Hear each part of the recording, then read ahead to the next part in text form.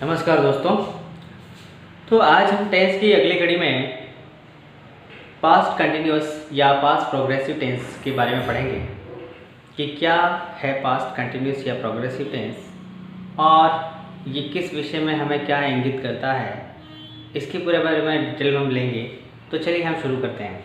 तो जैसे आप देख रहे हैं, टेंस का नाम पास्ट कंटिन्यूअस टेंस या पास्ट प्रोग्रेसिव टेंस हो सकता है। दोनों का अर्थ है, हिंदी अर्थ है लगातार सतत चलने की क्रिया, लेकिन ये क्रिया भूतकाल के अंदर चलने वाली क्रिया को ही बताता है और भूतकाल में ही किसी कार्य के चलते रहने की स्थिति को दर्शाता है, लेकिन एक सटीक समय का आकलन ये नहीं देता है कभी भी। ये हमें विशेष रूप से जानना होगा। देखिए, तो इस टेंस में ऐसे कार्यों का वर्णन किया जाता है जो पास्ट में लगातार चलता है या चल रहा है, चल रहा था।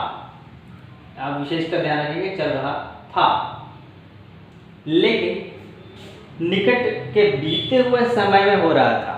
परंतु इसमें खासियत क्या है? खासियत यह है कि इसमें समय दिया भी हो सकता है और नहीं भी हो सकता है। ज़्यादातर समय इस टेंस के अंदर समय का कोई भी डिटेल नहीं होता है, मतलब एक सटीक जानकारी नहीं होती। ये पूर्व के किस भाग में हुआ है, मतलब पास्ट या भूतकाल के किस भाग के अंतर्गत ये कार्य हुआ है, कितने समय में हुआ है, इसकी कोई सटीक जानकारी ये टेंस नहीं देता, लेकिन इतनी जानकारी अवश्य देता है कि यह कार्य किसी काल में यानी भूतकाल के अंतर्गत वहाँ सतत चल रहा था। इस बात की जानकारी देता है। हिंदी वाक्यों की पहचान के अर्थ में हम देख लेते हैं। तो ऐसे वाक्यों के अंत में रहा था, रही थी, रहे थे, इस प्रकार के शब्द वाक्यों के हिंदी वाक्यों के अंत में आते हैं और इसके हम वर्ब और हेल्पिंग वर्ब और इसके फॉर्मूले की क्या स्ट्रक्चर रहती है, ज़रा वो भी हम देख लेते हैं। तो चलिए, इसकी वर्ब और हेल्पिंग वर्ब का सब्जेक्ट एग्रीमेंट कैसे होता है और इसका कैसे क्रियान्वयन होता है या इसका स्ट्रक्चर रहता है, वो हम देख लेते हैं, ज़रा डिस्कस कर लें हम। तो इस देखिए, आप पास्ट कंटिन्यूअस या पास्ट प्रोग्रेसिव टेंस के अंदर हमेशा वर्ब की फर्स्ट फॉर्म के साथ आईएनजी देखेंगे आप, यानी मेन वर्ब के साथ में मेन वर्ब जो रहेगी वो फर्स्ट फॉर्म में रहेगी, दूसरा उसके साथ में आईएनजी जुड़ा रहेगा। ये तो आईएनजी जो है वो इस एक सतत क्रिया को दर्शा देता है उसके अंतर्गत। और आप देख लीजिए किसके साथ क्या इसमें यूज होता है। तो इसमें दो हेल्पिंग वर्ब का यूज होता है। हेल्पिंग वर्ब इसमें वाज और वर, ये दो प्रकार की ऑक्सिलरीज इसके अंतर्गत यूज होती है। तो आप देखेंगे singular noun he, she, it के साथ में was plus V one plus ING का यूज करते हैं और प्लूरल नाउन और यू, दे, वी, आई के साथ में वर वी1 प्लस आईएनजी का प्रयोग हम करते हैं, यानी वर्ब की फर्स्ट फॉर्म प्लस आईएनजी का प्रयोग करते हैं। खास बात आप इन दोनों को हेल्पिंग वर्ब को देख लीजिए कि वाज का प्रयोग हमें सिंगुलर नाउन या थर्ड पर्सन के साथ करना है, ही, शीट के साथ करना है, और प्लूरल के साथ में जितने सब्जेक्ट्स हैं उनके साथ हमें वर्ब का प्रयोग करना है। वर्ब की वही फॉर्म वहाँ पर भी बनी रहती है। कुछ एग्जाम्पल के माध्यम से इसे समझने का प्रयास करते हैं। तो देखिए, last evening he dash sing a melodious song. आप यहाँ पर एक वर्ड देख रहे होंगे, लास्ट इवनिंग। लास्ट इवनिंग जो है वो पास्ट टाइम को दिखाता है और इससे हमें पता चलता है ये पास्ट का है और वो ऐसा कर रहा था पिछली शाम को। तो ऐसा करने का सीधा सीधा अर्थ है, यहाँ पर हमें वर्ब देख रहे हैं, हम सिंगुलर नाउन है, थर्ड पर्सन है और इसीलिए हमें यहाँ पर वाज और वी1 प्लस आईएनजी का प्रयोग करना पड़ेगा। तो ये बन गया वाज स्लीपिंग, सॉरी सिंगिंग। आप सिंग कर दीजिए यहाँ पर, सिंगिंग। तो आप देखेंगे वर्ब में हमने मेन वर्ब के साथ ये मेन वर्ब सिंग थी। दूसरा सेंटेंस देखेंगे हम, yesterday they dash play football.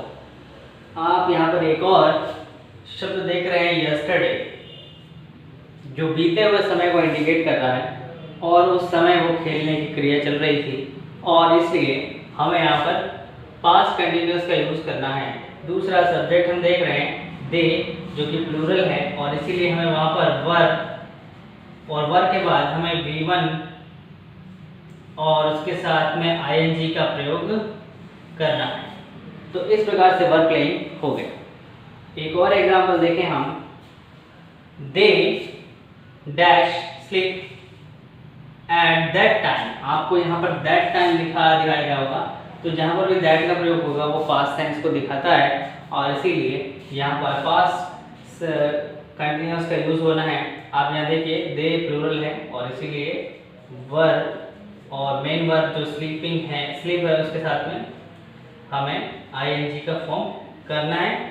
आगे देखिए नंबर 4, ही थर्ड पर्सन सिंगुलर है, नाउन है, और इसीलिए इसके साथ हमें वाज करना पड़ेगा, और यहाँ पर वर्ब के साथ में ing। अब एक चीज और देखिए, सेंटेंस में हमें कैसे पता चलेगा ये सेंटेंस पास्ट का है। तो आप देखेंगे यहाँ पर एक शब्द है ड्यूरिंग, और दूसरा शब्द है लास्ट समर। तो लास्ट समर हमें डायरेक्ट इंडिकेट करता है पास्ट टाइम को, और ड्यूरिंग किसी पास्ट में कंटिन्यूअस चलने वाली क्रिया को इंडिकेट करता है। तो इससे हमें पता चल गया कि ये पास्ट कंटिन्यूअस का सेंटेंस का वाक्य है। इसके अलावा कुछ और रूल और नियम्स हैं, वो भी हम इसे देख लेते हैं। तो चलिए ज़रा देख लेते हैं हम इसके कुछ एग्जाम्पल है, कुछ नोट भी हम देखेंगे इसके नियम क्या हैं। तो यदि दो वाक्य हैं और व्हेन सेंटेंस एडवर्ब क्लॉज का है, यानी एडवर्ब ऑफ टाइम दिया हुआ है, तब व्हेन वाले वाक्य के साथ में हमें पास्ट सिंपल टेंस का प्रयोग करना है, और दूसरे सेंटेंस में उसी के क्लॉज दूसरे क्लॉज के अंदर पास्ट कंटिन्यूअस टेंस का भी प्रयोग करना है। तो देखिए आप कैसे इसका प्रयोग करना है। आप एग्जांपल के माध्यम से देखिए, व्हेन आई, देखिए यहाँ पर लिखा हुआ है dash see him, he dash play chess. आप देखिए यहाँ पर व्हेन एडवर्ब ऑफ टाइम दिया हुआ है, और इसीलिए ये सेंटेंस का जो क्लॉज है वो पास्ट कंटिन्यूअस में नहीं जाकर के पास्ट सिंपल में रहेगा। तो ये हो जाएगा, और पास्ट सिंपल में वर्ब की फॉर्म जो होती है अफर्मेटिव सेंटेंस की, वो V2 प्रकार की होती है, यानी सेकंड फॉर्म लगती है। तो सी का सेकंड फॉर्म सॉ हिम। अब आगे देखिए, आगे वाले सेंटेंस में ऐसा एडवर्ब ऑफ टाइम कुछ नहीं है, और इसीलिए अगला सेंटेंस जो होगा वो क्या बनेगा। देखिए यहाँ पर सिंगुलर थर्ड पर्सन है, और इसीलिए इसके साथ वाज, और V1 के साथ में ing लगाना था। सो ये इस प्रकार से ये चेस, ठीक है। अगला सेंटेंस देखते हैं, मोहन डैश स्लिप। अब आप देखिए एक क्लॉज ये है, और दूसरा clause when I knock at his door. आप देख रहे होंगे पहले क्लॉज के अंदर किसी प्रकार का एडवर्ब ऑफ टाइम नहीं मेंशन है, और इसीलिए हमें मोहन जो कि वन एक थर्ड पर्सन है और सिंगुलर नाउन है, इसीलिए हमें इसके साथ में वाज और V1 के साथ इसकी मेन वर्ब को ing में कन्वर्ट करना होगा, स्लीपिंग व्हेन। अब ये जो सेकंड क्लॉज है यहाँ पर व्हेन आपको दिखाई दे रहा होगा, और ये है एडवर्ब ऑफ टाइम, और इसीलिए हमें इसे V2 में चेंज करना होगा। तो क्या हो जाएगा, नॉक्ड, इसका सेकंड फॉर्म हो जाएगा नॉक्ड। तो इस प्रकार से हमें इस चीज़ का ध्यान रखना है कि अगर हमें एग्जाम में इस प्रकार के सेंटेंस दिखाई दें कि एडवर्ब ऑफ टाइम हमको दिखाई दे वाक्य के अंदर, तो उस वाक्य में हमें पास्ट सिंबल का प्रयोग करना है, और दूसरे वाले भाग में पास्ट कंटिन्यूअस का हम यूज करेंगे। तो देखिए इस टेंस का प्रयोग पास्ट की यानी भूतकाल की आदत को बताने के लिए भी किया जाता है। तो वो कैसे किया जाता है, तो एडवर्ब ऑफ फ्रीक्वेंसी का इसमें प्रयोग होता है कि एक एक्शन जो है वो उस सेंटेंस में कितनी बार हो रहा है, यानी उस समय के दौरान कितनी बार हुआ, वो एडवर्ब ऑफ फ्रीक्वेंसी का रूप होता है। So adverb of frequency is equal to action कितनी बार हुआ, how much time it's happen. So see here, तो ऐसे कौन से शब्द हैं जो एक्शन ऑफ फ्रीक्वेंसी लेके आते हैं, तो ऑलवेज है, कंटिन्यूअसली है, ऑफन है, या ऑफ्टन भी बोल सकते हैं, यूजुअली, समटाइम्स, रेयरली और नेवर एक्सेट्रा। इस प्रकार के शब्द हैं जो एडवर्ब ऑफ फ्रीक्वेंसी दिखाते हैं सेंटेंस के अंदर। हम एग्जांपल के माध्यम से समझने का प्रयास करें तो आप देखेंगे ही वॉज ऑफन कमिंग। देखिए हमें दो ऑप्शन दिए गए थे, ऑफन और कम। तो ये ऑफन जो है वो एडवर्ब ऑफ फ्रीक्वेंसी शो कर रहा है, और ये पास्ट की आदत को दिखा रहा है उस समय के दौरान जो चल रही थी। तो पास्ट सेंस के लिए हमें लास्ट मंथ देखना होगा। और ये कंटिन्यूस फॉर्म थी, वो फ्रीक्वेंसी दिखा रहा है, फ्रीक्वेंसी ऑफ एडवर्ब यहाँ पर दिखाई दे रहा है, और इसीलिए हमें, और ये थर्ड पर्सन सिंगुलर है, was often coming my house during last month. एक और सेंटेंस देखें, ही वाज ऑलवेज कंप्लेनिंग। आप यहाँ पर देख रहे हैं ऑलवेज और कंप्लेन, ये दो प्रकार की एडवर्ब ऑफ फ्रीक्वेंसी शो कर रहा है। और ग्रैंडफादर ड्यूरिंग हिज चाइल्डहुड जो है ये एक पास्ट सेंस को दिखा रहा है, बचपन के दौरान उसे अपने ग्रैंडफादर का बिहेवियर उसको बहुत रूड लगता था, या जैसा भी लगता था, उसे कंप्लेन शिकायत थी। सो ही वाज, ही यहाँ पे थर्ड पर्सन सिंगुलर है, वाज लगाया। एडवर्ब ऑफ फ्रीक्वेंसी का यूज करेंगे हम, और मेन वर्ब के साथ आईएनजी फॉर्म का यूज करेंगे। सो इस प्रकार से इस टेंस के अंदर पास्ट की आदत को दिखाने के लिए भी इसका प्रयोग किया जाता है। एडवर्ब ऑफ टाइम फ्रीक्वेंसी के साथ, सॉरी एडवर्ब ऑफ फ्रीक्वेंसी और एडवर्ब ऑफ टाइम हम पिछली बार देख चुके हैं इसके पहले। तो अगला हम तो चलिए अब देख लेते हैं हम कि पास्ट कंटिन्यूअस टेंस के अंदर उसको कैसे यूज़ किया जाए, उसके क्या टिप्स हैं और ट्रिक्स हैं। तो हम उन्हें रैपिडली देख लेते हैं, ज़रा देखिए। तो यदि पास्ट टेंस के दो सेंटेंस दिए हों और एक वाक्य में पास्ट कंटिन्यूअस हो, तो दूसरे वाक्य में भी पास्ट कंटिन्यूअस लगेगा। कंडीशन ये है कि यदि एक वाक्य में कंटिन्यूअस फॉर्म तो है, लेकिन दूसरे में अगर वो वर्ब है जिसका कंटिन्यूअस फॉर्म नहीं बनता, उस स्थिति में या उस जगह पर हम पास्ट सिंपल का प्रयोग करेंगे। तो ये कुछ वर्ब्स हैं जिन्हें हम देख रहे हैं कि जिनका कंटिन्यूअस फॉर्म नहीं बनता है। तो आप ये याद रखिए कि एक सेंटेंस में यदि वो वर्ब दी हुई है या हमें एक जगह पर पहले से ही फिल किया हुआ है, हो सकता है वो पहले वाली फिल इन द ब्लैंक्स में एक सेंटेंस में दो फिल इन द ब्लैंक्स हैं, और अगर वहाँ पर हमें वर्ब फिल करनी है और उसमें पहली जगह पर अगर ऐसी वर्ब दे रखी है जिसका कंटिन्यूअस फॉर्म नहीं बनता, तो उस स्थिति में आप दूसरी जगह पर कंटिन्यूअस का यूज़ करेंगे। उस जगह पर आपको पास्ट सिंपल का यूज़ करना है और दूसरी जगह कंटिन्यूअस का। या फिर ऐसा हो सकता है कि पहले कंटिन्यूअस फॉर्म दी हुई हो जिसका कंटिन्यूअस बन सकता है, आप उसको कंटिन्यूअस में ही बदलेंगे। लेकिन ऐसी वर्ब आपको दिखे जहाँ पर कंटिन्यूअस फॉर्म ना बनने वाली वर्ब हो, तब आपको पास्ट सिंपल का प्रयोग करना है। ऐसी कुछ वर्ब यहाँ पर आपको दिखाई दे रही होगी, जिसे आप फिर से देख लीजिए। Love, hate, like, wish, feel, hear, see, sing, smell, sound, last, agree, mean, knows, realise, understand, belong, own. ऐसी कुछ वर्ब हैं जिनका कंटिन्यूअस फॉर्म नहीं बनता है, ये एक ही फॉर्म में रहती हैं, और अगर ऐसी फॉर्म आपको दिखाई देती है तो उस स्थिति में आप पास्ट सिंपल का प्रयोग करेंगे। कुछ एग्जाम्पल के माध्यम से हम इसे समझने का प्रयास करेंगे। तो चलिए अब कुछ एग्जाम्पल के माध्यम से समझने का प्रयास करें।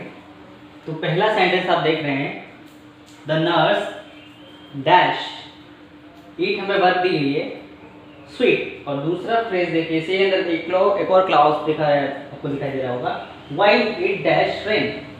अब बात समझने की है कि दोनों ही जहाँ पर हमें वर्ब दी हुई है फिल करने के लिए, वो दोनों ही प्रकार की वर्ब कैसी है जिसका कंटिन्यूअस फॉर्म बन सकता है। तो हम ये कह रहे हैं, आप इसको और दूसरी तरह से समझें कि सेंटेंस की जो स्थिति है वो क्या है। The nurse eat sweet while, तो व्हाइल भी आप जब देखेंगे तब वहाँ पर उस जगह पर आपको कंटिन्यूअस का फॉर्म का ही यूज़ करना है। और अगर इन केस जब आप व्हेन देखेंगे तब आप मोस्टली पास्ट सिंपल का ही प्रयोग करेंगे।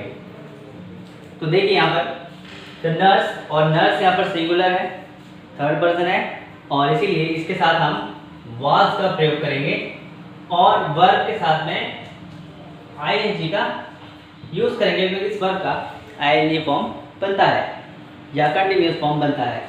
अगला देखें, इट, आगे देखिए व्हाइल इट डैश रेन। अब आगे देखिए क्या हो रहा है उसमें, तो वहाँ पर भाई इट जो है थर्ड पर्सन सिंगुलर है, तो उसके साथ भी वाज और रेन का भी हम कंटिन्यूअस फॉर्म बनाते हैं, तो ये हो जाएगा रेनिंग।